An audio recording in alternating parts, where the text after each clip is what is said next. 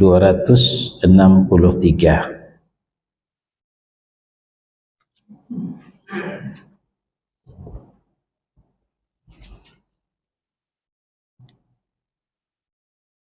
Wa arsalallahu jami'ar rusuli mubasysyirin wa mundhirin. Allah mengutus segenap rasul untuk memberikan kabar gembira dan menyampaikan peringatan. Wad dalil qauluhu ta'ala rusulan mubashshirina wa mundhirina li'alla yakuna lin-nasi 'ala Allahi hujjatun ba'da ar-rusul. Dalilnya adalah firman Allah dalam An-Nisa ayat 165, mereka kami utus selaku rasul-rasul, pembawa berita gembira dan pemberi peringatan, supaya tidak ada alasan bagi manusia membantah Allah sesudah diutusnya rasul-rasul itu.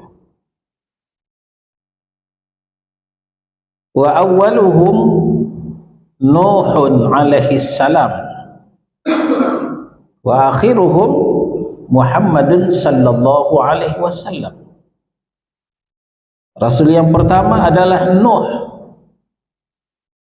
dan Rasul yang terakhir adalah Muhammad sallallahu alaihi wasallam.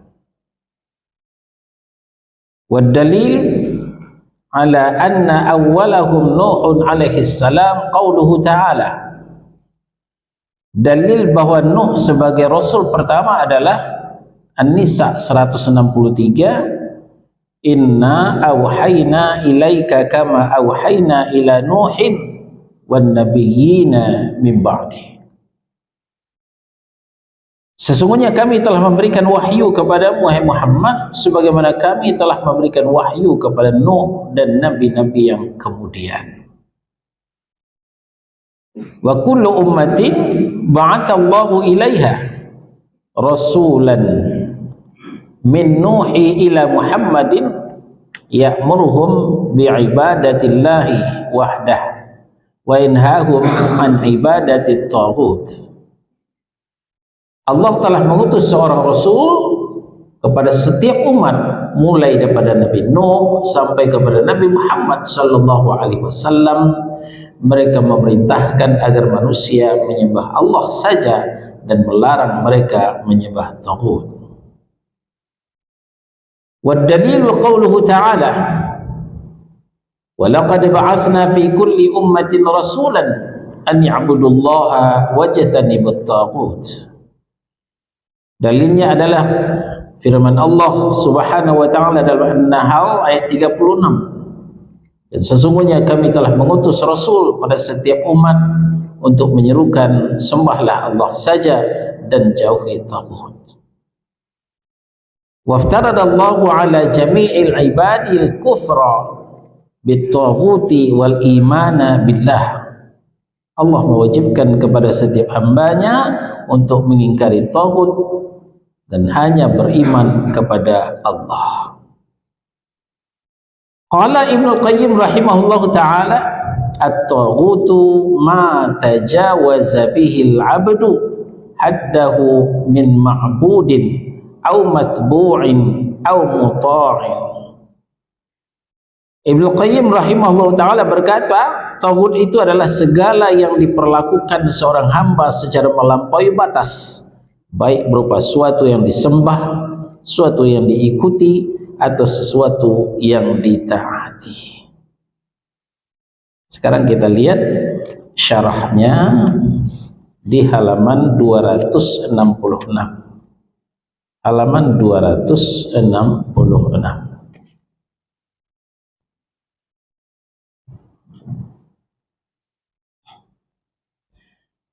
Maudhu'nya Rasul pertama dan Rasul terakhir. Itu judulnya.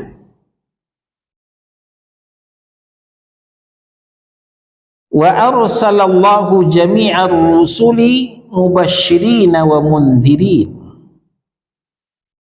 Allah mengutus segenap Rasul untuk memberikan berita gembira dan menyampaikan peringatan. Itulah visi dan misi Rasul Muhammad sallallahu alaihi wasallam secara khusus, semua nabi dan rasul secara umum. Memberikan berita gembira dan memberikan peringatan. Inilah yang dimaksud oleh penulis rahimahullahu taala, menyerangkan di sini pengutusan Rasul adalah memberikan berita gembira dan peringatan.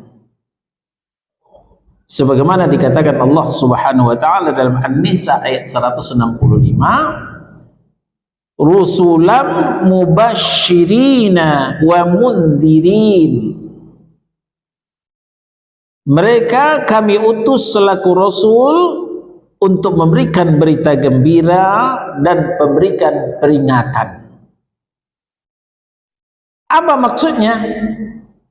Memberikan berita gembira untuk orang yang taat dengan disediakan surga. Untuk orang yang taat.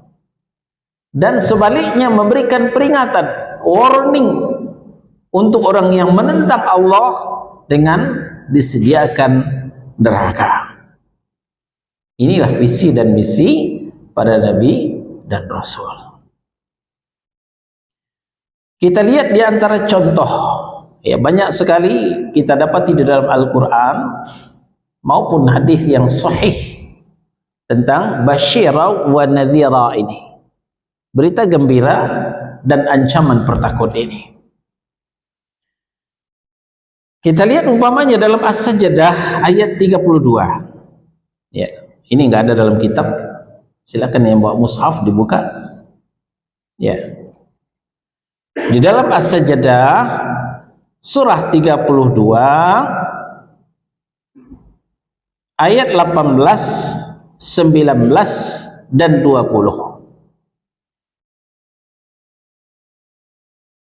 As-Sajdah surah 32 ayat 18, 19 dan 20. Ayat 18. Afaman kana mu'minan kaman kana fasiqah la yastawun.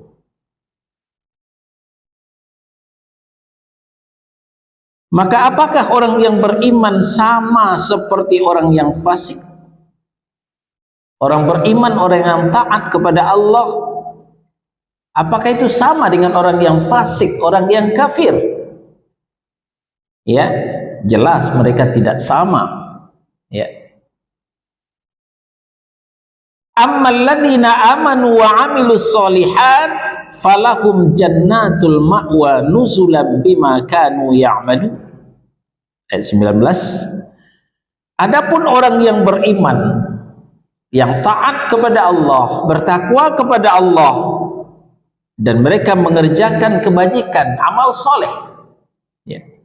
Beriman, mentauhidkan Allah, amal soleh yang ittiba'us sunnah,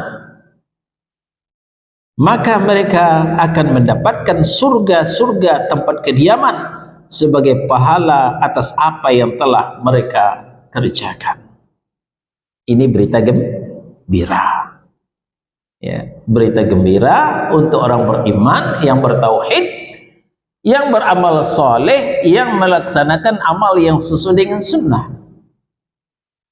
Sebagai apresiasi, Allah sediakan untuknya surga ma'wa, ya, jannatul ma'wa, nuzulan bima kanu ya'malun, sengaja disediakan sesuai dengan apa yang pernah mereka amalkan.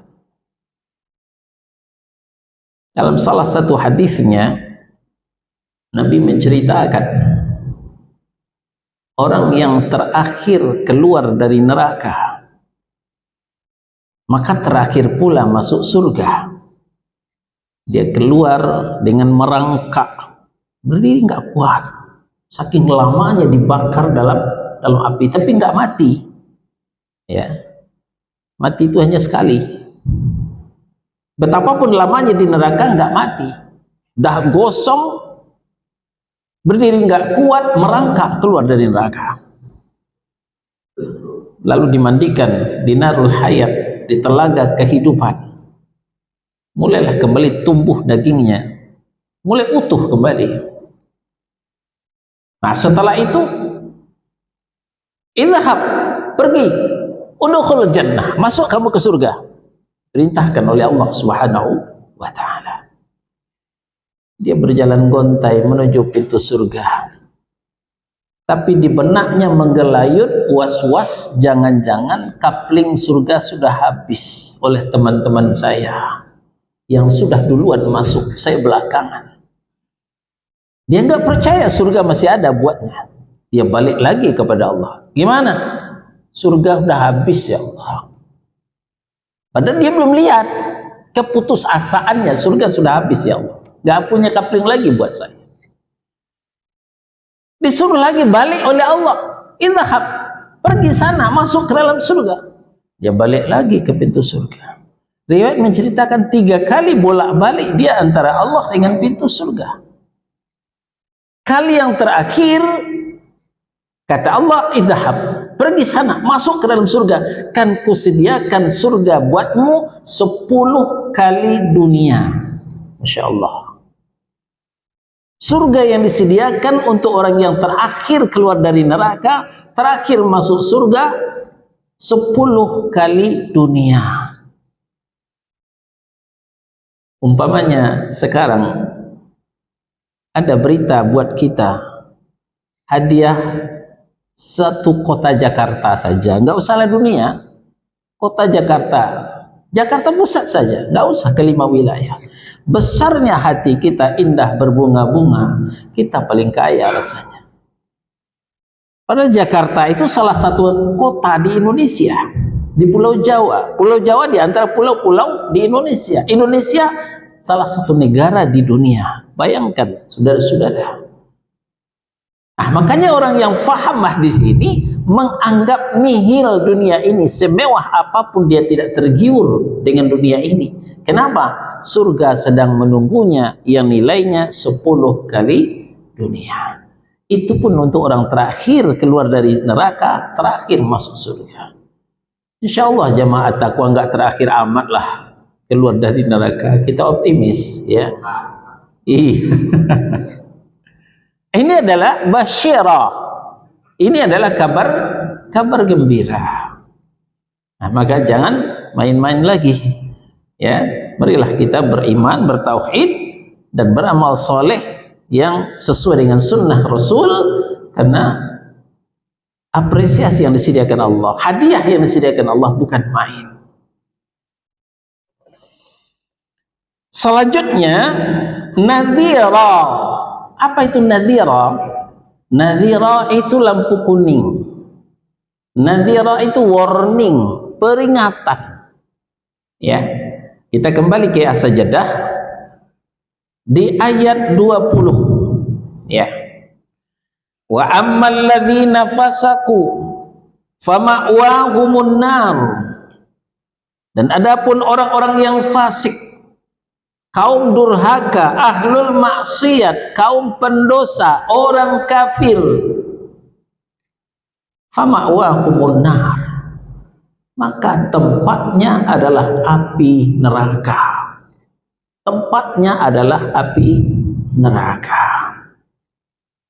Betahkah mereka dibakar? Ya tidak. Siapa yang betah dibakar? Ya, sedikit saja kita menyentuh yang panas, kita sudah mengangkat. Gak kuat panas itu. Maka kullama aradu an yakhruju minha, setiap kali mereka menggapai-gapai mau keluar dari neraka, gak kuat panasnya neraka. Aradu ya akhruju an yakhruju minha, mereka bermaksud keluar dari api neraka, u'idu fiha, kembali mereka dijorokin kembali, didorong kembali, dilemparkan kembali ke dalam api neraka itu. Usahanya untuk keluar dari neraka sia-sia. Setiap menggapai keluar, dilemparkan kembali ke dalam api neraka. Wa qila lahum, dan dikatakan kepada mereka, dzuqu adzaban nar, rasakan olehmu azab neraka, alladzi kuntum bihi tukadzibun, yang dulu pernah kamu dustakan.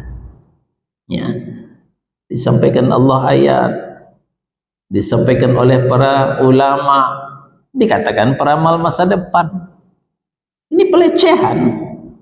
Ya, jelas ayat Allah yang bicara, dikatakan yang menyampaikan peramal masa depan. Nah, maka kata Allah Subhanahu wa taala, dzuqu adzaban nar, rasakan olehmu azab api neraka, allazi kuntum bihi tukadzibun, yang dulunya pernah kalian dustakan. Ini warning, ini peringatan dari Allah Subhanahu wa taala. Kalau kita mundur ke ayat 13, ke ayat 12 masih As-Sajdah, kita mundur ke atas di ayat 12. Walau tara idzil mujrimuna nakisu ru'usihim 'inda rabbihim, alangkah ngerinya, kata Allah, kalaulah kau melihat ketika orang-orang yang berdosa bersimpuh duduk di depan Rabb mereka karena tidak tahan melihat azab yang sedang menunggunya, yang dirasakannya, maka mereka berdoa sambil menyesali diri. Apa katanya? Rabbana abasarna wa sami'na. Rabb, kami telah dengar, kami telah lihat, kami dengarkan dakwah, kami lihat, kami dengarkan ayat-ayat qauliyah Al-Quranul Karim, kami lihat ayat-ayat kauniyah, betapa banyaknya bencana alam yang silih berganti, tapi tidak membuat kami sadar, ya Rabb. Kami selalu cuek, kami selalu acuh. Sekarang farji'na, kembalikan kami ke dunia, ya Rabb. Na'mal salihan, kami akan beramal soleh. Inna muqinun, sekarang kami sudah yakin. Begitu penyesalan orang-orang yang di dalam api neraka. Ini yang disampaikan oleh para rasul. Tapi apa hendak dikata?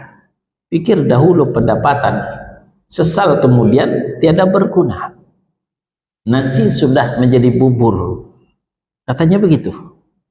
Tapi saya pikir masih mending nasi menjadi bubur dicampur ayam, masih bisa untuk sarapan pagi, bubur ayam. Ini nasi sudah berubah kuning, aromanya nggak karu-karuan, seperti yang kita buang ke kamar kecil. Nah, sebelum hari H itu terjadi, jangan pernah kita menjadi kaum pendosa. Pernah terjerumus melakukan dosa, segeralah bertaubat kepada Allah, mohon ampun kepada Allah. Wasari'u ila maghfiratin min rabbikum, bergegaslah untuk mendapatkan ampunan dari Rabb kalian. Karena ini peringatan yang dibawa oleh Rasul sallallahu alaihi wasallam.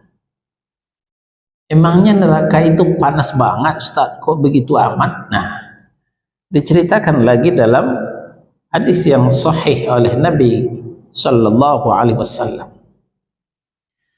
Narukum hada, kata Nabi, api kalian nyalakan ini adalah 1/70 panasnya api neraka. Jadi api yang dinyalakan di kompor, yang dinyalakan di rokok, masih ada yang ngerokok gak ya? Kalau sekarang tuh yang enggak, puasa. Yang ahlul hisab, yang majelis suro, majelis suka rokok, berhentilah merokok. Ya, rokok itu adalah meracuni diri sendiri. Nah, api yang ada di rokok itu, api yang ada di kompor, itu baru 1/70 kali panasnya api neraka. Maka sahabat-sahabat teriak ketika itu, ya Rasul, ini saja sudah cukup panas ya Rasul, masih ditambah lagi. Betul, akan ditambah 69 kali panasnya dari api dunia ini. Siapkah kita dipanggang dengan api itu? Tanyakan diri kita masing-masing, jawab dalam diri kita masing-masing. Kalau memang kita tidak siap untuk dibakar dengan api yang 70 kali panasnya api dunia, tinggalkanlah dosa dan maksiat. Jauhilah dosa dan maksiat. Kalau tidak bisa berhenti, kurang-kurangi dosa dan maksiat. Ya, karena tidak ada yang menghabiskan dosa kecuali api neraka. Itu merupakan warning. Inilah yang disebut dengan nadhira, peringatan dari Allah Subhanahu wa taala. Nah, untuk inilah diutus ya para nabi dan rasul, ya, rusulan mubasyirina wa mundzirin, sebagaimana An-Nisa ayat 165 tadi. Mereka kami utus selaku rasul-rasul untuk memberi berita gembira yaitu surga dan memberikan peringatan yaitu neraka. Untuk apa gunanya itu? Kita di halaman 267. Li'alla yakuna linnasi 'ala Allahi hujjatun ba'da rusul. Agar tidak ada nanti alasan bagi manusia untuk membantah Allah setelah diutusnya rasul-rasul itu. Ya, manusia ini suka membantah. Saya nggak tahu ya Rasul, ya Allah. Saya lupa ya Allah. Kenapa saya nggak dikasih tahu? Nah, nggak ada alasan lagi nggak tahu. Rasul sudah diutus. Ada ulama sebagai pewaris Rasul. Ya, ulama telah menyampaikan dakwahnya baik melalui lisan maupun melalui tulisan. Kitab-kitab sudah ditulis, yang bahasa Arab sudah diterjemahkan ke dalam bahasa Indonesia. Tapi memang syaitan tidak tinggal diam. Di dalam Al-Quran, wa zayyana lakumus syaitanu a'malakum. Syaitan sengaja menghiasi perbuatan dosa mereka. Jadi perbuatan dosa sepertinya baik. Sebaliknya perbuatan pahala ibadah sepertinya buruk. Jadi yang kerjaannya penjungkir balikkan nilai, itulah kerjaan syaitan. Yang baik sepertinya buruk, yang buruk sepertinya apa? Baik. Nah, kita lihat saja pada hari ini, kalau ada yang menyampaikan Al-Quran, ada yang menyampaikan hadis yang sahih, qadarullah bertentangan dengan kebiasaannya, itu ditolak. Langsung saja meluncur istilah Wahabi. Nah, ini Wahabi dari mana lagi nih? Ya, ketika yang disampaikan tidak sesuai dengan kebiasaannya, walaupun yang disampaikan itu Al-Quran, walaupun yang disampaikan itu hadis yang sahih, tapi tidak sesuai dengan kebiasaannya, langsung dicap dengan Wahabi. Itu bukan Islamnya kita, itu Islamnya Arab, kadal gurun. Kita punya Islam sendiri. Islam apa? Islam Nusantara yang berdasarkan kearifan lokal. Ya, ini yang terjadi. Padahal Allah telah mengingatkan di dalam Al-Quran, ya ayyuhalladzina amanu la yaskhar qaumun min qaumin. Hai orang yang beriman, janganlah suatu kaum menjatuhkan kaum yang lain. Suatu kaum mengolok-olok kaum yang lain. Karena boleh jadi kaum yang dijatuhkan, kaum yang diolok-olok itu lebih baik daripada kaum yang menjatuhkan, kaum yang mengolok-olok. Sekarang kita buktikan, yang nyinyir ngomong Wahabi, Wahabi, Wahabi, lihat seperti apa mereka. Yang dituding Wahabi, lihat seperti apa mereka. Nah, sekarang kita cerna secara akal sehat dengan kepala yang dingin. Katakanlah dulu Wahabi itu sesat. Katakanlah dulu Wahabi itu salah. Sesalah-salah Wahabi, sesat-sesat Wahabi tidak pernah ikut ngawal gereja ketika Natalan. Perhatikan saja, nggak ada gereja yang dikawal oleh Wahabi. Sesalah-salah Wahabi, sesat-sesat Wahabi tidak pernah membubarkan pengajian, tidak pernah mengusir ustadz. Siapa yang mengawal gereja ketika Natalan? Yang menuding Wahabi. Siapa yang pernah mengusir ustadz, membubarkan kajian seperti di Bandung, masjid apa? Ya, yang menuding Wahabi. Nah, kira-kira lebih sesat mana? Lebih sesat Wahabi kah ataukah lebih sesat yang menuding Wahabi tersebut? Terbukti ayat Allah, boleh jadi yang dituding itu, yang direndahkan itu, yang dijatuhkan itu lebih baik daripada yang menuding, yang menjatuhkan. Nah, maka kita jangan latah Wahabi kata orang, Wahabi kata kita. Kita harus belajar Wahabi itu apa sih? Siapa Wahabi itu? Di mana lahirnya? Seperti apa ajarannya? Awas, saudara, Allah ingatkan dalam Al-Quran, wala taqfu ma laysa laka bihi ilm. Jangan kalian pernah mengikuti sesuatu yang kalian tidak punya ilmu di dalamnya. Ikut-ikutan, ikut latah. Kenapa? Inna sam'a wal basara wal fuada.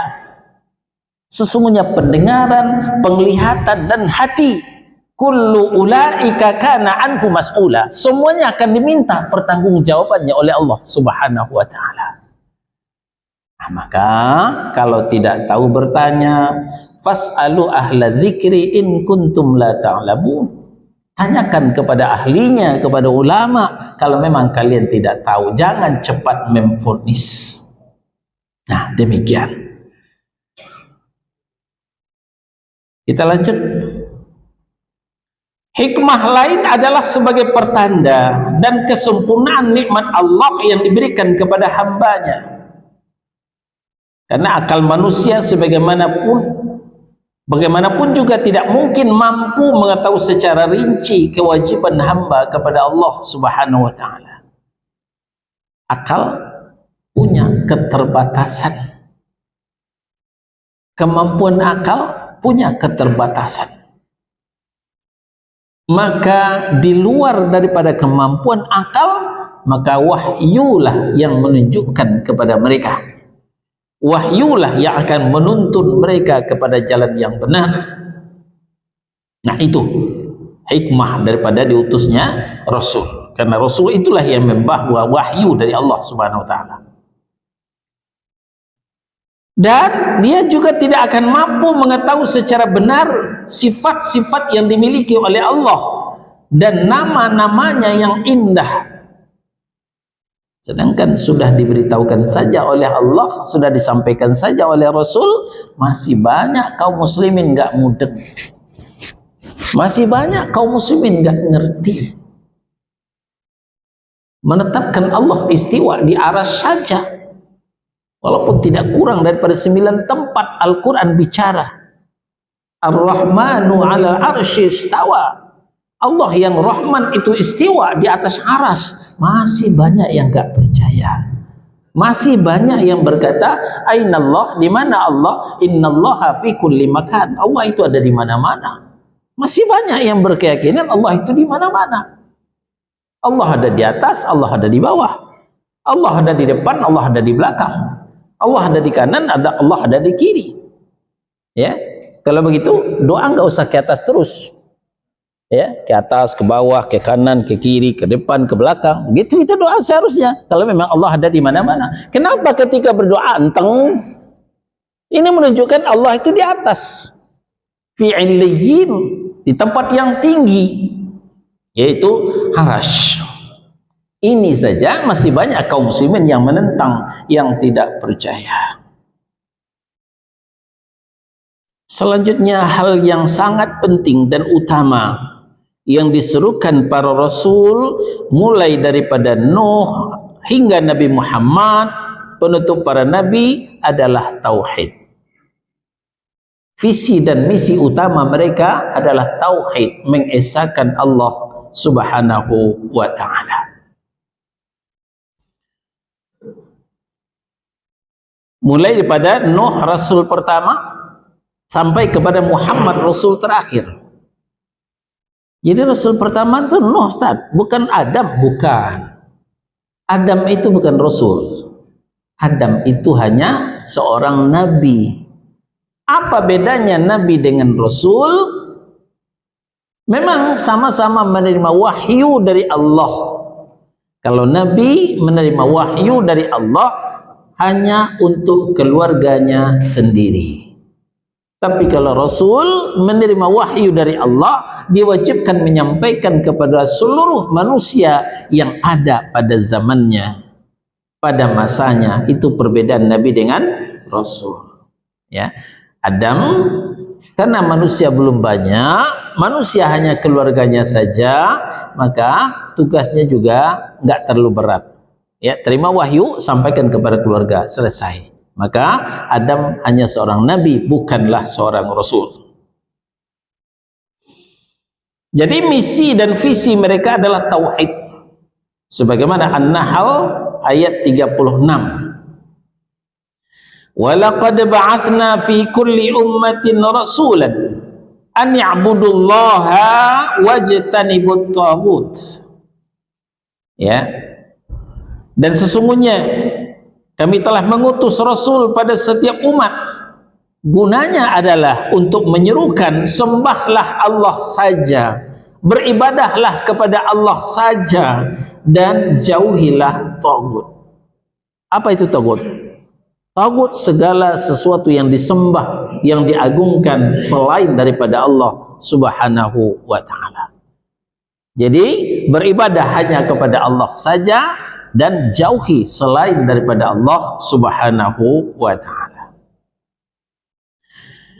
Kemudian Al-Anbiya ayat 25. Wa ma arsalna min qablika mir rasulin illa nuhi ilaih annahu la ilaha illa ana fa'budun. Dan kami tidak mengutus seorang rasul pun sebelum kamu, hai Muhammad, melainkan kami wahyukan kepadanya bahwasanya tidak ada Tuhan yang berhak disembah selain aku, maka dari itu kalian sembahlah aku, kata Allah Subhanahu wa ta'ala.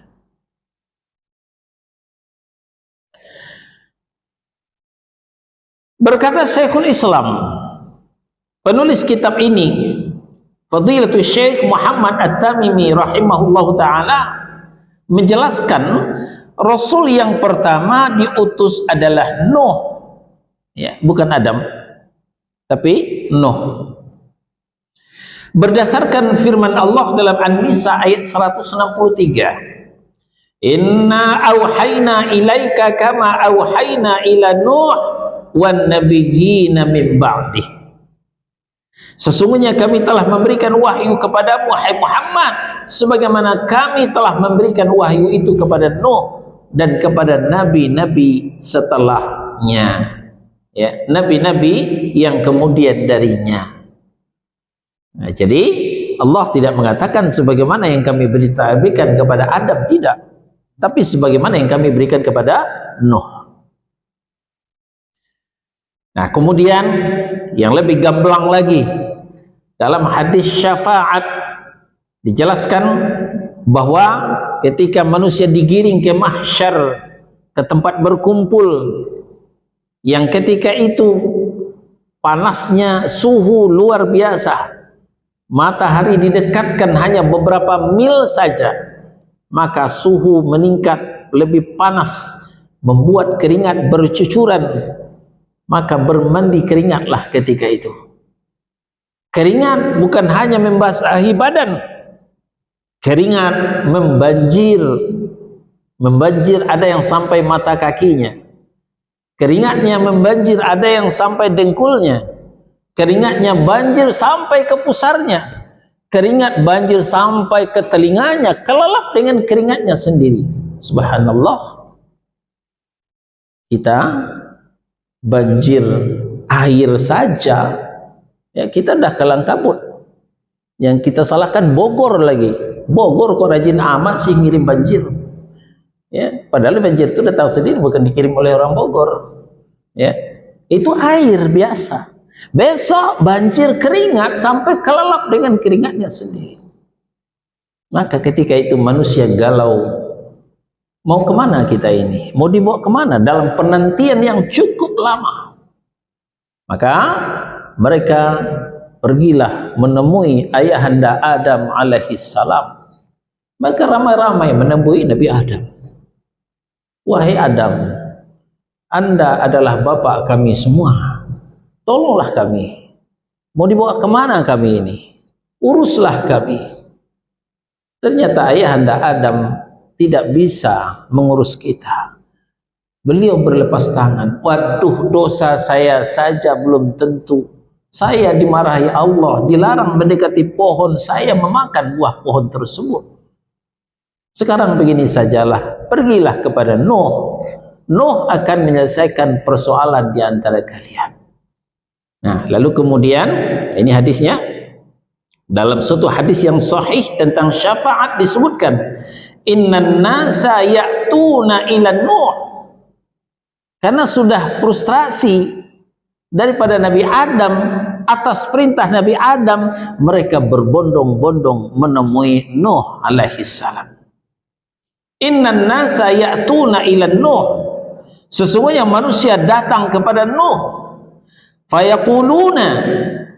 Fayaquluna lahu. Lalu mereka berkata kepada Nuh, anta awwalu rasulin arsalahu Allahu ila ahlil ard. Wahai Nuh, engkau adalah rasul pertama yang diutus kepada Allah, yang diutus Allah kepada manusia. Itu ada diriwayatkan oleh Al-Bukhari dalam sahihnya, dalam kitab Tauhid, bab kalamullah ma'al anbiya. Ya. Nah, jadi keloplah sudah antara ayat dan hadis menjelaskan bahwa Nuh itu adalah rasul pertama.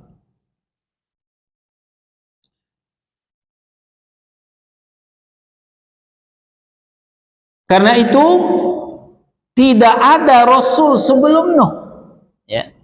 Tidak ada rasul sebelum Nuh. Tadi kita katakan Adam bukan rasul. Adam hanyalah seorang nabi.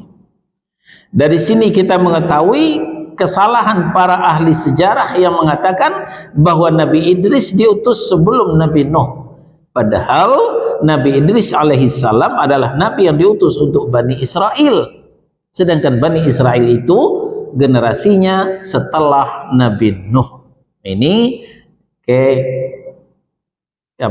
ketergelinciran sejarah.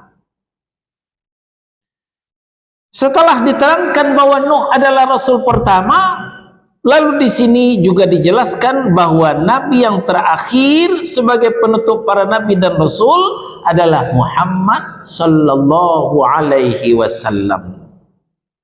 Dalilnya Al-Ahzab ayat 40. Maka Muhammadun aba'a ahadim min rijalikum walakin Rasulullahi wa khataman nabiyyin wa kana Allahu bikulli syai'in alima.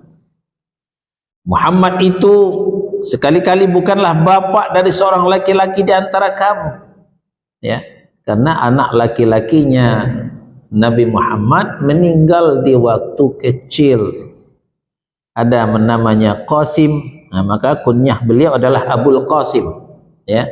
Ada namanya Ibrahim, ya, itu juga meninggal di waktu kecil. Yang sempat dewasa adalah anak perempuan beliau, yaitu Fatimah radhiyallahu anha, dan yang lain juga perempuan. Ya, jadi Muhammad itu sekali-kali bukanlah bapak dari seorang laki-laki di antara kamu, tetapi dia adalah Rasulullah dan penutup nabi, dan Allah Maha mengetahui segala sesuatu. Nah, kalau demikian, la nabiyya ba'dah, tidak ada nabi yang hak setelahnya, ya. Nabi yang benar tidak ada setelah Muhammad sallallahu alaihi wasallam. Tapi kalau nabi yang tidak benar banyak. Nah, itulah dia dajjalun, kadzabun, pendusta, pembohong. Nah, itu banyak. Ya, seperti kalau di negeri kita Ahmad Musaddiq, Lia Edan, ya. Nah, itu adalah nabi yang pembohong, bukan nabi yang benar. Nah, maka tidak ada nabi setelah beliau, dan barang siapa yang mengaku dirinya seorang nabi setelah beliau, maka ia telah kafir, pendusta dan murtad dari agama Islam. Nah, itulah sepakat ulama mengatakan bahwa Ahmadiyah itu kafir. Ya, Ahmadiyah itu kafir. Tidak boleh sholat di belakang Ahmadiyah. Biarlah sholat di belakang preman bertato, ya. Sepanjang dia bertauhid, preman bertato mengimami kita, nggak masalah. Daripada sholat di belakang Ahmadiyah. Karena Ahmadiyah itu pada dasarnya sudah kafir karena mengingkari Nabi Muhammad sallallahu alaihi wasallam. Dia punya nabi sendiri namanya Mirza Ghulam Ahmad. Dan kebohongan daripada Ahmadiyah itu bukan satu dua, tapi banyak. Kalau Al-Qadar, inna anzalnahu lailatul qadr, ya. Inna anzalnahu fi lailatul qadr. Sesungguhnya kami telah turunkan Al-Quran pada malam Qadar. Lalu Ahmadiyah membuat ayat tandingan. Inna anzalnahu qariban minal Qadian. Sesungguhnya kami telah turunkan Al-Quran dekat negeri Qadian. Di mana itu Qadian? Di India. Padahal dalam ilmu tafsir, tempat turun Al-Quran itu cuma dua, Makkah dan Madinah. Maka terdapat ayat Makkiyah dan ayat Madaniyah, tidak ada ayat Qadian. Itu kebohongan daripada Ahmadiyah. Kita berlanjut. Dakwah setiap rasul adalah ibadah kepada Allah dan melarang kepada kesyirikan. Itu dakwah setiap rasul, sama. Wa kullu ummatin ba'atsallahu ilaiha rasulan. Allah telah mengutus seorang rasul kepada setiap umat. Maksudnya Allah telah mengutus pada setiap umat seorang rasul yang mengajak untuk menyembah Allah semata dan melarang mereka mempersekutukan Allah. Misi tauhid, ya, tadi juga sudah kita sampaikan. Fatir ayat 24. Wa in min ummatin illa khala fiha nadhir. Dan tidak ada sesuatu umat pun melainkan telah ada padanya seorang pemberi peringatan. Siapa? Nabi dan Rasul. Malah ada umat itu dua Rasul yang diutus, ya. Seperti untuk kalangan Bani Israel diutus dua orang Rasul, Musa dan Harun, ya. Nggak mempan seorang Rasul karena saking binalnya Bani Israel itu, susah diatur, nyeleneh. Nah, maka Allah kirim dua orang Rasul, Musa dan Harun. Tadi sudah kita sampaikan An-Nahl ayat 36. Walaqad ba'atsna fi kulli ummatin rasulan an ya'budullaha wajtanibut taghut. Dan sungguhnya kami telah mengutus Rasul pada setiap umat untuk menyerukan sembahlah Allah saja dan jauhi taghut. Inilah hakikat makna la ilaha illallah, ya.